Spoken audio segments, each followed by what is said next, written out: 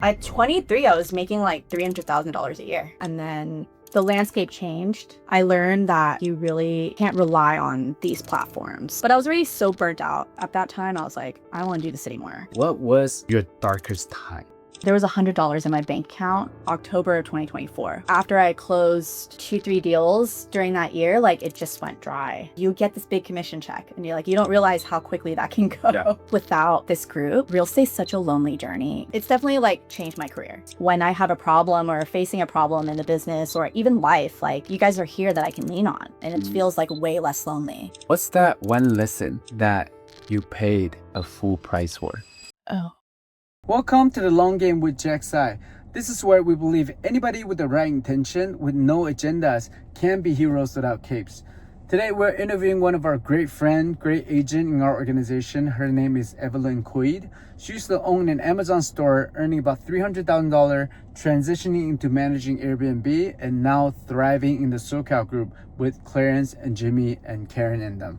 So today you'll be able to hear her story and what she's doing and how she's doing, mainly how she deal with failures and how she grew from that. Let's get right into it.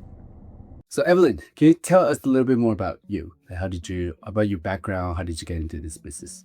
Yeah, I got into real estate. Well, I actually had my license in 2016 because my mom like forced me to get it. Force.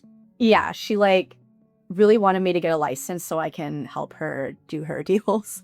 Okay. But at the time I was already running my own e-commerce business. So real estate wasn't really something I wanted to do yet. Okay. Or I didn't know that I wanted to do yet.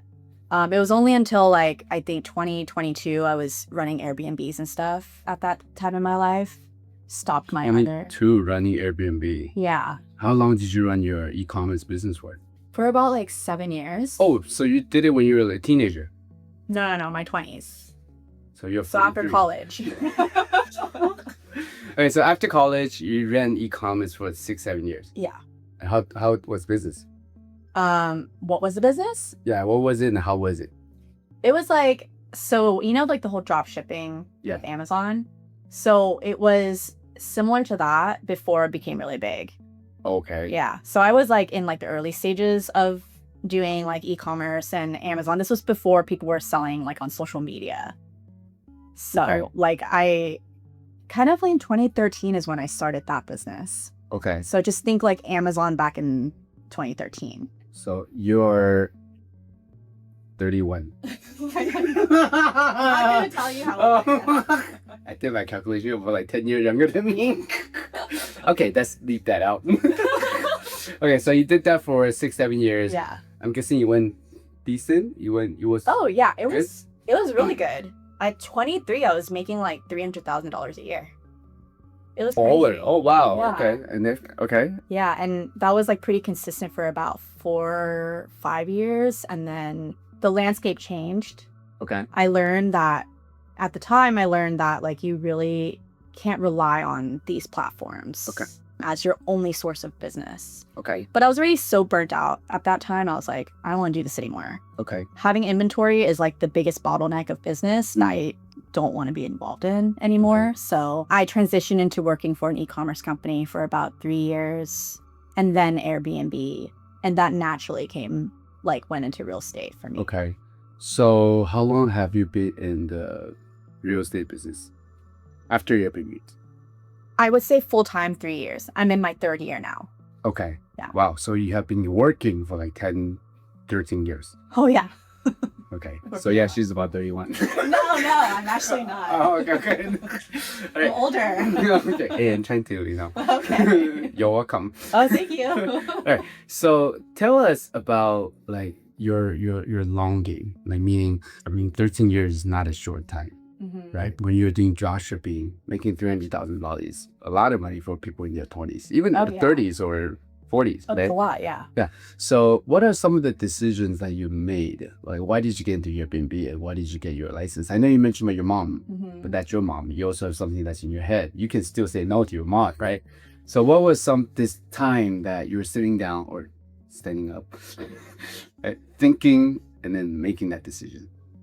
To come into real estate, right? Yeah. What was it like? Where were you at and what were you thinking? So I think the thought process was, I would say like getting into the business full time was really just a decision where I was like, I'm ready. Yeah, I would say after my e-commerce business, it was like I was so burnt out that I just needed to like relax a little bit and kind of take a step back and like reevaluate what I really wanted with my life. What did you really want it? I think I realized e-commerce was just a complete hustle, and all I was like searching for at that time was money, and it was not fulfilling. It was incredibly unfulfilling, and like I kind of went into a little bit of like depression. And I think that actually caused some of like the anxiety that I deal with today. Okay. Yeah. So like some, like I would say you put that in like the mental health issue block, right? But so yeah, I recognize I really needed a change. Okay. I also needed like to survive and make money. Yeah. But like I wanted to do it with more intention this time. Okay. And I think part of why I even joined a team was not only for accountability, but it's like way more fun to do it with people who kind of like you can grow together. Okay. You know? Yeah. And with the e-commerce thing, that was such an isolating experience too, because that was all me. Did you hire anybody? I did. I hired like 2 people, mostly for fulfillment and packing. Okay. But like there was like, I had no one to kind of go back and forth with in how to scale and grow my business then. Okay. So it's a very lonely experience. Okay. So you were running it like a one-woman show. Yeah. And then hiring people. Because I do know a couple people that runs e-commerce business 10 years ago, even right now. I know it's kind of like a 24/7 work.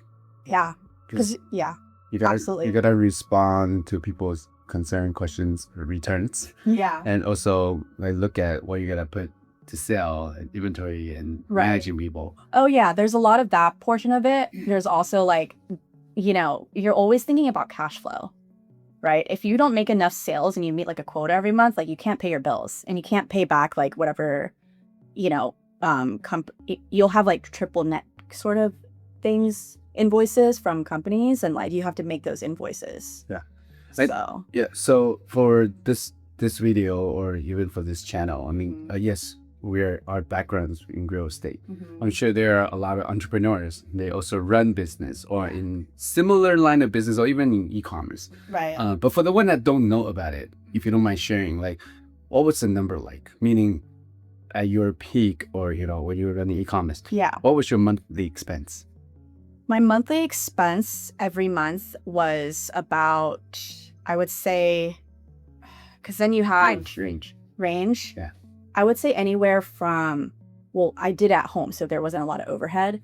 So I would say it would run between $5,000 to $15,000 a month. Expenses. Okay. And my revenue was roughly between $30,000 to $50,000 a month. Okay. Yeah. Okay. So after expense. So most of the time you're still netting about at least 10, 15. On a good month, maybe 30. Yeah. Okay. But yet you're working 24/7. Yes. Okay. And still having to worry about like the cash flow, the inventory, all that stuff. Yeah. Okay. So what was that one moment you're like, enough is enough? I'm out. Well, Amazon suspended my account. What did you do? That's what I want to hear. They suspended my account, and that like paused everything. Oh, wow. Like I still had expenses, no income. Yeah. They suspended it. They had like, at the time it was because it was like inauthentic items. Okay. It was really because like I did sell certain products that I didn't get authorization from. Got it. So okay. they called it inauthentic, but it's just no authorization. Got it. Which e-commerce, like, you know, okay. yeah, happens all the time. But there's so many ads that I see online. I saw the video. Oh, this thing can do this, and then when I actually bought it, I'm like, what the hell is this? I get it. Yeah. Okay. Yeah. Okay, so when that happened, you're like, okay, this is too much. I don't want to do it. And how did you get into Airbnb? So after that, I got a job in e-commerce, and that was nice because it was just salary. Yeah. Kind of like got myself together. What was if you don't mind sharing, how much were they paying you? They're only paying me like $80,000 a year. Okay. So it wasn't much. Okay. But I think at that point, I just needed to not worry about it. Have your income back? Yeah, I just had to reset. Yeah. Yeah. So after that, I was like, I really actually hate or be for someone. Yeah, I get it. And then I had an opportunity that my mom brought me into, which was Airbnb. It was like one of her homes that was sitting empty. And so I just ran Airbnb there. And then I talked to some people that wanted to do Airbnb and ran it for them and had like made a cut with them for running their Airbnb because they had properties that were just sitting empty too. How many were you managing? I was managing 3 Okay. total. Did you like it? No, I hated that too. It appears to be Evelyn just don't like a lot of stuff. I don't like to work. Okay. I think we can relate. So what was the number like when you were running that? It was not much. I was probably personally making like 3,000 a month. Okay. Yeah. Okay. Which is nothing. Okay, but flexible. Very flexible. I probably worked only 15 hours a week. Okay. Yeah. Okay. So I think, and also at that time, I was really figuring out what my next move was. Okay. So. And that was the time your mom was like, get your license. No, I had my license. Oh, you had it. That's okay. Yeah. Okay. So that was first, you did that for 2 years. Mm-hmm. Okay. And you did that for 2 years. Were you selling homes that time? No. Okay. Not at So what was the time that you decided, okay, now maybe I'm ready for something else. I want to start selling. What was that process like? That was 2023. Okay. And I had actually met my now partner boyfriend. And I was telling him like about sort of my goals. And he was like, you should really talk to my friend. He's a killer in real estate. And he was referring to Clarence Young. Okay. And I think I had reached out to, or I forgot how exactly it happened, but Clarence, I think, invited me to the grand opening of SoCal Group. Okay. Yeah. Okay. And I had come out. There was like a ton of people. I was like, oh my God, I'm so nervous. Like, I don't know Yeah. anybody. Yeah. Yeah. And then I think John Sy was there, I remember, because he's like all suited up. Yeah. And then I found Clarence. I was like, hey, Clarence, I'm Evelyn, Jace's, girlfriend, whatever. And he was like, oh, hey, like, it's great to meet you. I'm actually, trying to operate this thing right now, like run this party, but let's like hop on a call sometime. Yeah. I was like, okay, yeah, sure. And then I just like left. I was like, oh, there's so many people. I was so nervous. I think there were 70 people or more. There was a lot. Maybe like 100. Yeah, there was a lot of people. It was crowded. It was like they're crowding up like that. Opening the area. whole thing, yeah. Yeah. I was there too. I know. You're like, are you? You were there, yeah. Yeah, okay. Yeah, I was there too. Yeah, I know, but you bounced. Yeah, I bounced. Okay, so that time after you came, you haven't sold a home yet. No. Okay. Did you have an idea as to like what you wanted to do, or what happened afterwards? After that, I was like, I might have talked to Clarence over the phone, and I was like, okay, yeah, like I'm just gonna do real estate, you know. And I think he invited me to like the lunch and learn. Yeah. And I was there, and yeah, and I was like, okay. I was still very quiet and like shy. So like they were like very nice to me. Did you do the tarot card? No. Oh. I didn't want to show them that side yet. Oh, that's skill. Okay, you want to give a hidden talent. Okay. Yeah. So when you first decided, okay, I think this is what I wanted to do. Mm-hmm. I remember when I first started. Mm-hmm. First, when you get a license, we all know, we get our license and actually being able to sell your first few homes. Totally different story. Oh yeah. Like passing your test is one thing. Mm-hmm. It kind of help you not to get arrested, get in jail, right? Sure. Most of the time, Uh-huh. you learn some basic stuff which you rarely apply when you're actually helping client to sell their home. Mm-hmm. How long did it actually take you to sell your first home? So from the time I officially started with SoCal Group, which is really the first time I came in full-time into real estate, let's put it that way. I think it took only 3 months to get under contract because my boyfriend was buying a home. Oh, okay. Yeah. But like officially, I think with like someone I didn't know or, wasn't like a referral or anything, it was probably 6 months. Okay, that's Yeah. still amazing. That's still fast. Yeah, sure. I would say this, a lot of the agents, they think that, because it's my boyfriend or my girlfriend or my cousin, don't count. I kind of feel that way. For me, my first sale was a friend. Mm-hmm. And because when I first learned, they go, talk to your friends, Uh-huh. talk to your family. Obviously, you can talk to strangers too. And when I started when I was in my 20s, I think I was 24. Oh, wow. And That's when pretty young. I was That was 2 years ago.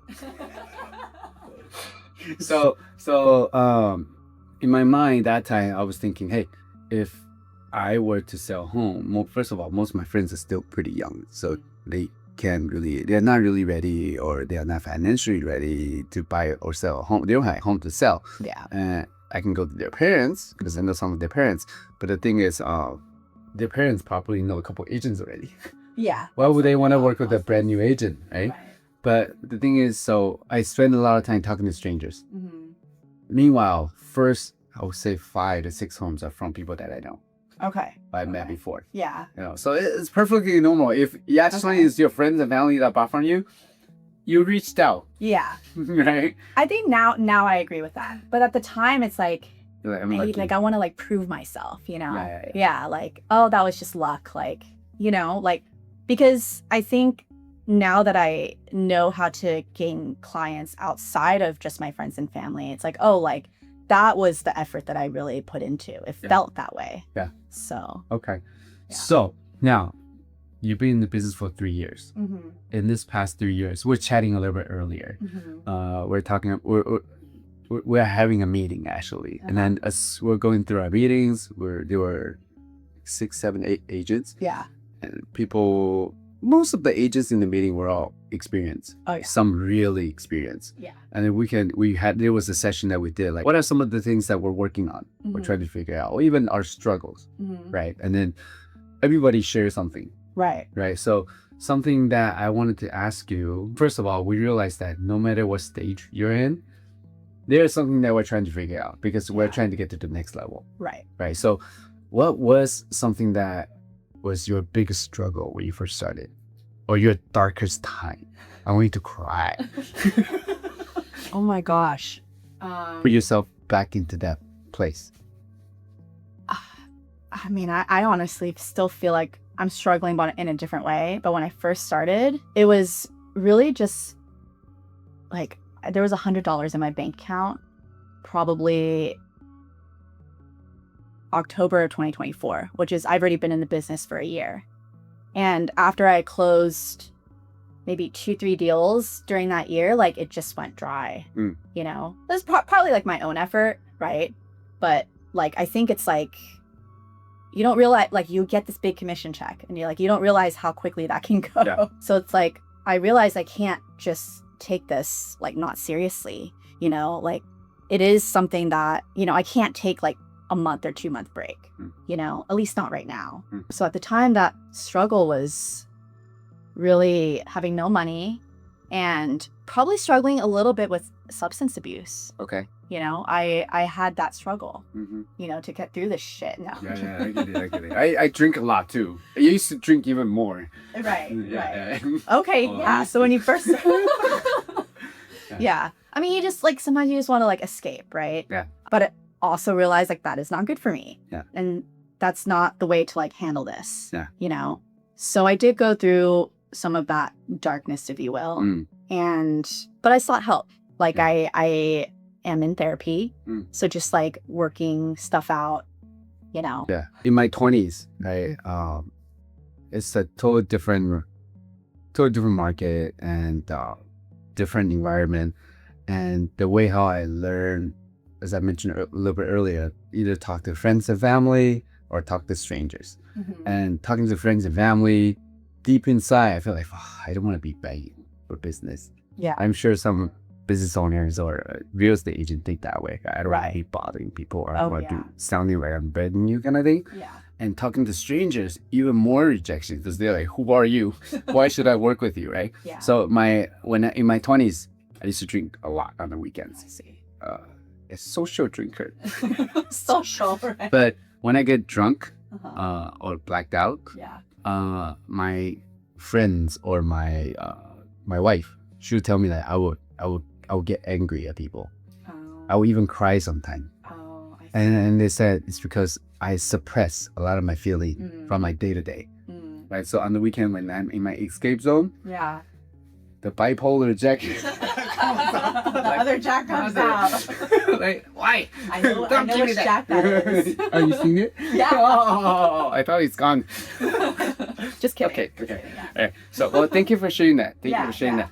that. I think for a lot of business owners, I Mhm. talked to a couple recently. I'm not gonna name drop, but a successful business owner who owns successful landscaping company Right. and owns multiple properties. And then I asked him about his journey too. Like, hey, when you were building your business, what was your biggest struggle? And then he says, cash flow. Yeah. So I think it's basically what you said. Yeah. And I can resonate with what you said too. Yeah. Like in my business, there are multiple times where I'm like, oh, money tight. Money Yeah. very tight.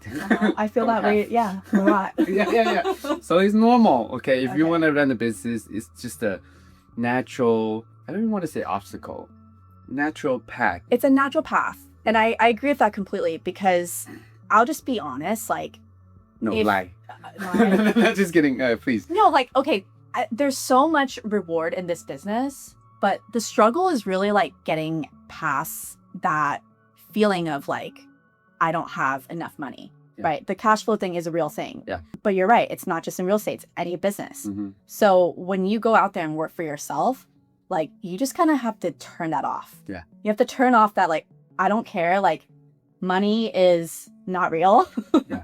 on some level, right? Yeah. Like, and now it's just like a journey of growing as an entrepreneur. Yeah. You know, like, I don't think there's a single entrepreneur I know that hasn't like had zero at one point. Yeah. And then- negative. Or negative. You were actually Yeah. positive. You're still doing better. No. It ebbs and flows. Ebbs and flows. Ebbs and flows. Ebbs and flows. Yeah.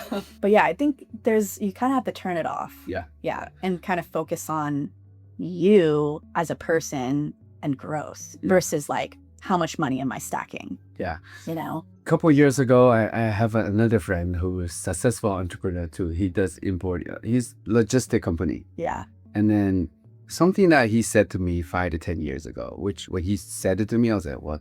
You're weird. In a good way. In a good way. Okay. He says, I'm working on this thing. I'm dealing with the situation. Don't you think it's so fun? That's what he said to me. Oh, I like And that. So fun. It sounds like a lot of work. But Yeah. I feel like in the situation that you just described, or what I described about other people or even myself, like if we can kind of gamify Mm-hmm.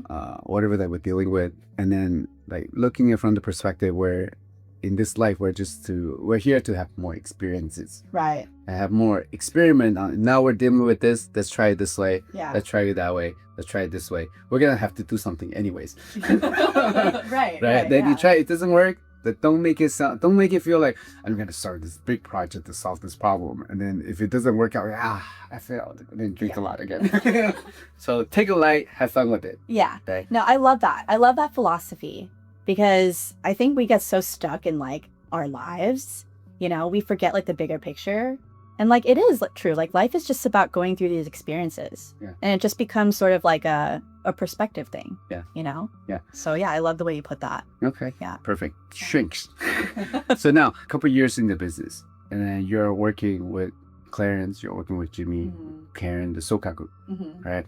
Can you share with the audience what that experience is like, going from being solo, working in e-commerce business, Airbnb still kind of solo, Mm-hmm. and then now joining initially solo and then joining a team, a group. Mm-hmm. How is that like? It's definitely like changed my career in a really great way because I feel like without this group, like real estate's such a lonely journey Mhm. on its own, like any entrepreneurship.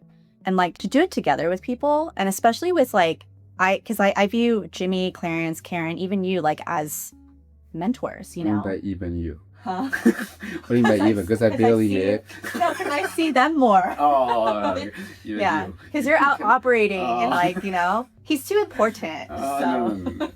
Jeez. So when I see you, like I learn a lot from you. Oh, thank you. Yeah.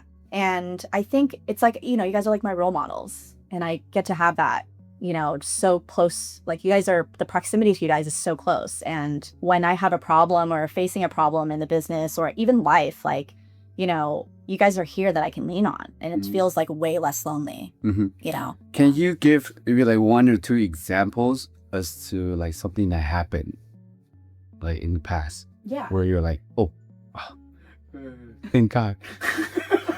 The first thing that pops to mind was actually just like 2 weeks ago. Okay. So like I got into my first flip recently. Oh, congrats. Yeah, thank you. Okay. Well, it was like a year ago. We're still trying to sell it this year. Okay. So there's been a little bit of a struggle with that, if you will. And Jimmy was there and really like, we're actually just outside by his car and we were just like walking through it. Like I was having a breakdown. Okay. I was breaking down. I was like worried about cash flow. Yeah. I was worried about having no money again. Okay. Okay. And I was just like feeling very nervous and anxious. And then Jimmy like clocked it and like talked me through it. And it wasn't just like a business aspect of it. It was like hey, you have some blind spots. Yeah. You know, he was like checking me, you know, but in a way that like he was like hearing me out. Just like those kinds of conversations kind of like brings me back, like it grounds me again, you know? And yeah, like I really appreciate that. I don't get that, you know? Yeah, typically if you do, you think, and then when you, sometimes when you're out in the world or whatever community that we're in, sometimes like you do your own flip, that's on you. You do your thing. And then sometimes when you make a lot of money, people will get jealous. Sometimes, I'm not saying to this situation, but yeah, that's weird to me, but I get it. There's definitely people out there. Yeah. So, okay. So I'm glad that you're doing something that you never done before. Yeah. It's hard. How's that going so far? It's going. Okay. It's going. So what was the number like? Well, how much did you get it for and how much do you have and what are you aiming for? So let's just say that we acquired it for $740,000. That's including like the interest for the hard money loan. And then about $150K in rehab. So already close to like 900, right? And then closing costs, So about 950. I think the closing costs for both sides because of the sell side, but let's just say 950 is break even. It was listed earlier this year, 1.15. We received an offer, backed out due to inspection findings. We fixed it. That's why we put in a little bit more money. And now we relisted it. It's only at $1 million. Okay. So it's likely we'll be lucky if we break even. Okay. So this isn't like a success story necessarily. We had expected to make more. Yeah. But, you know, you just gotta roll with the punches, you know? I would say, well, first of all, I appreciate you being transparent on the numbers. Yeah, sure. And because I've done couple flips too. Oh, you did? Yeah. I didn't And some made money, some I lost money. Mm-hmm. Okay. So I know how you feel, where especially there's like a hard money pressure. Like I kind of shoved my whatever reserve that I had that time to buy the property. So I get that there's a lot of pressure. Yeah. And you mentioned that it's not necessarily a success story right now. Right. Yeah. But the thing is, in a couple, I'm not even going to say a couple years, in a couple months, maybe even a couple weeks, because now you gain this experience, which you didn't have before. It's true. Yeah. I agree with that. Yeah. It's never a loss when you can learn something from it. Yeah. I'd agree with that. Yeah. Go, not this situation, but a lot of time if you call this a failure, however you want to call for it, right? I want to say congratulations. No, you're experiencing it. Yeah. And you imagine everything goes smoothly and then you actually won the deals. And this is something I learned from one of my mentor that does stock. Mm-hmm. You know, people can buy stock easily. Right. And then but there's still a discipline that needs to be learned if you're following some kind of strategy, right? Mm-hmm. And some of the biggest issue as far as investing in stock that I've learned, or just being an investor overall, Right. is being able to manage your emotion. Oh, yeah. Oh, yeah. That's big. And so this mentor of mine, his name's Wen, he mentioned that it's actually even worse when you buy something like incorrectly with your emotion and you make money. Yeah. Because you're going to feel like, oh, so I can get by. Yeah. And then so you go bigger and bigger. And then when you get the bigger deals, you still do it that way. And then you lose even more. Right. And it's going to hurt even more. Yeah. Because your emotions got in the way. Yeah. Yeah. It's really hard to do to manage your emotions. I'm still working on that personally. I don't have any much advice on it, but I can see the value in being like very neutral about things. Yeah. So like I learned a new word, equanimity, and this is what I strive to be, which is like in sort of like any mental adversity or like when things are just like hitting the fan, it's like having the mental capacity to be able to find calmness. Yeah. It's like a very like stoic. Yeah. I think there's a book John recommended to me. Okay. I forgot what the book is called. So text him. Okay. But yeah, something about being stoic. Yeah. And that's something I've been working on the past 2-3 years. Oh, it is. Being calm, understanding that all is well, everything will be okay, and then living that future self, which is who we want to become. Right. Where like after we make all the money that we want to make, at the end of the day, what are we looking for? Buying more stuff, having more experiences, going to places with the people that we like, having that freedom. Yeah. And how does that make us feel? Okay. Confidence, chill, relax, joyful. Yeah. Right. Yeah. So living that today, understanding that all is well, because everything's gonna go by. Yeah. Yeah, that's true. Like it's gonna be up and down. Yeah. Like that's just life, right? Like think of this way. 10 years ago when you were still in e-commerce, right? You say you burnt out. Yeah. Right. Thinking right now, 10 years has passed. Yeah. If you were to put your 10 years ago looking at what you have accomplished, would you be proud? Yeah, absolutely. You're investing your first flip. Yeah. Which you may still make money. Okay,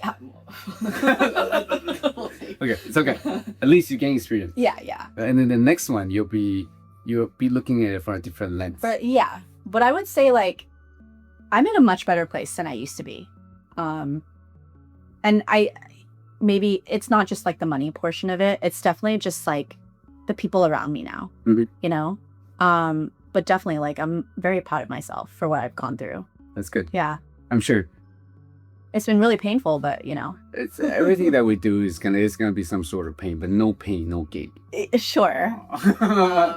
But I think having those experiences and like having those ups and downs, it makes me more equipped to help people. Yeah.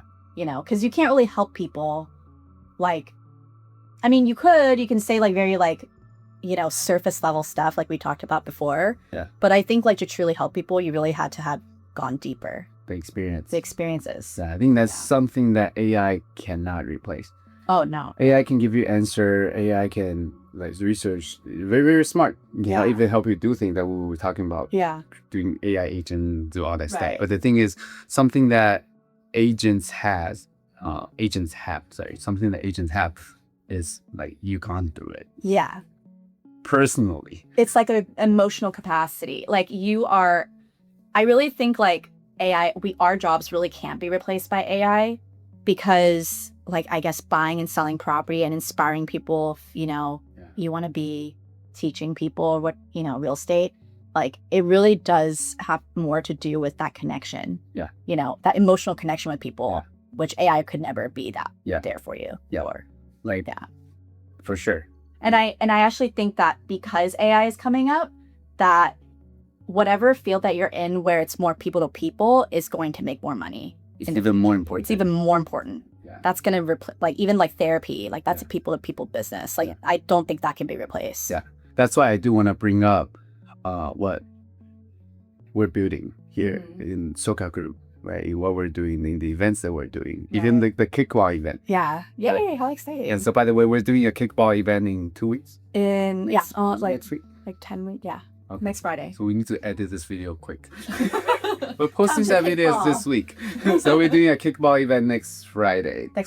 So we do like obviously educational events, training, seminar, whatever it is. But I think one thing that we talked about, which is very important, is to still maintain that human to human interaction. Yeah. Not to always talk about work. Yes, we talk about work, but we also like do have that time where we're connecting with one another about having fun. Yeah. And some alcohol. I mean, are we having alcohol? Yeah, we'll have it. Oh, okay. I'll go get some for you. Hey, for people, for you. Image. Okay. Just a little bit. Just a little bit. Yeah. Drink responsibly. shots, Don't that's drink it. and drive. Don't drink and drive. Yeah. Okay. Geez, FSD. Yes. No, still don't drink and drive. Yeah. Alright. So, I have one last question for you. Okay. Actually, maybe two. Okay. What's that one worst advice that you have gotten The worst advice? in your career or in your life? Let's just say your career. Oh, man. I just threw her a curveball, so you think about it. I think the worst advice I've ever gotten was follow your passion. Okay. Oh, okay. Tell me more. Because I think when you follow your passion, that drive, that passion that you have for something, right, will go away, Okay. you know, Oh, okay. at some point. And I feel like you can be passionate about something and not have to follow that. And then you will still keep it, Got you it. know, and still take practical steps Got it. to reach your goals. I don't know. I- Does that kind of make sense? I let me try to give you an example. Yeah, so you can tell me if sure. I'm right or wrong. Yeah. But I think I know what you're saying. Uh-huh. Like for instance, I like to sing. Uh-huh. I like to be I used to want to be a singer in Taiwan. Okay. And then if I were to follow my passion, be like, I'm gonna be a singer. Yeah. And then it's not gonna be easy. Yeah. Right? Going through it, there will be things that I'm like, oh, it's actually different than what I was originally anticipating. Yeah. And then after go through it, I'm like, oh, no, I actually might not like to sing after all, and lose my passion. Right. Yeah. Right.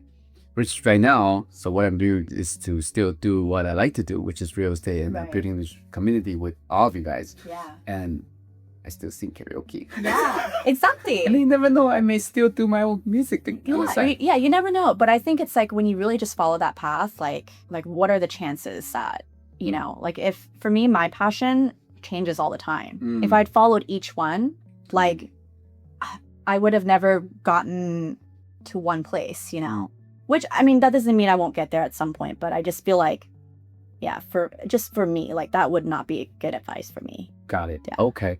One last question. What's that one lesson that you paid a full price for? Oh. The one lesson I paid a full price for? I don't know. There's a lot, Jack. Just one. This is just has to do with the deal, Okay. right? But it's probably like I lost out on just because I didn't know. I like went ahead and rushed into it, and I could have dual ended a transaction, Okay. and like I didn't. I think I know what you're talking about. Yeah. I think I know. So just a tiny bit of context, because I only know a little bit as well. It was on your end. I remember it was something like you wanted to just kind of facilitate a transaction so that you could. There's a buyer who want to buy. You represent the seller. Yeah. Right? Exactly. And then the buyer wanted to buy, and then you're like, okay, you want to buy, then buy. Right? And then whereas you could have represented the buyer. I could have as well. represented the buyer. I think Ashley, being a little bit stubborn, I get a little stubborn, and that has paid the price a lot. Okay. Because it's closed my mind. And anytime my mind is closed, I lose out on opportunities. I see. So I think that I have a problem with that, that I'm trying to like be more open-minded. And because at one point I was like, no, I don't want to like dual agency. I see. And then when I talked to Clarence, he's like, you know, there's no like ethical problems with that. You just have to know how to facilitate it. So when he talked me through it, I was like, oh, okay. Like, that's true. I could do it. Yeah. You know, I get it. but I was stuck on an idea. Yeah. So yeah, being stuck on an idea has cost me a lot. Yeah. I get where you're coming from, because when I first started my career, I had similar mentality too. And I know some agent, they're like, no, I don't want to do dual agent. Yeah. And there was one transaction long time ago, 13, 15 years ago, where I could have double ended too. Right. And again, there's no right or wrong Yeah. as far as you're like, I'm gonna double end or not double end. And but after I learned that transaction, because if I were to double end, the transaction would be so much easier. Yeah. Because the other, it's just easier to run the transaction when the other agent is yourself. Yeah. Right? True. So it's just, we learn, right? We learn, From our yeah. experience. And again, there's no right or wrong. True. There's no And, right or wrong. Yeah, I want to say thank you very much for being on today's episode. We're you. sharing your journey, sharing your ups and flows. Really appreciate it. If you like this content, please like, subscribe, and share the video to people, in real estate or entrepreneurs that can benefit from, our content today. Yeah. And I will see you in the next episode. Bye. Peace.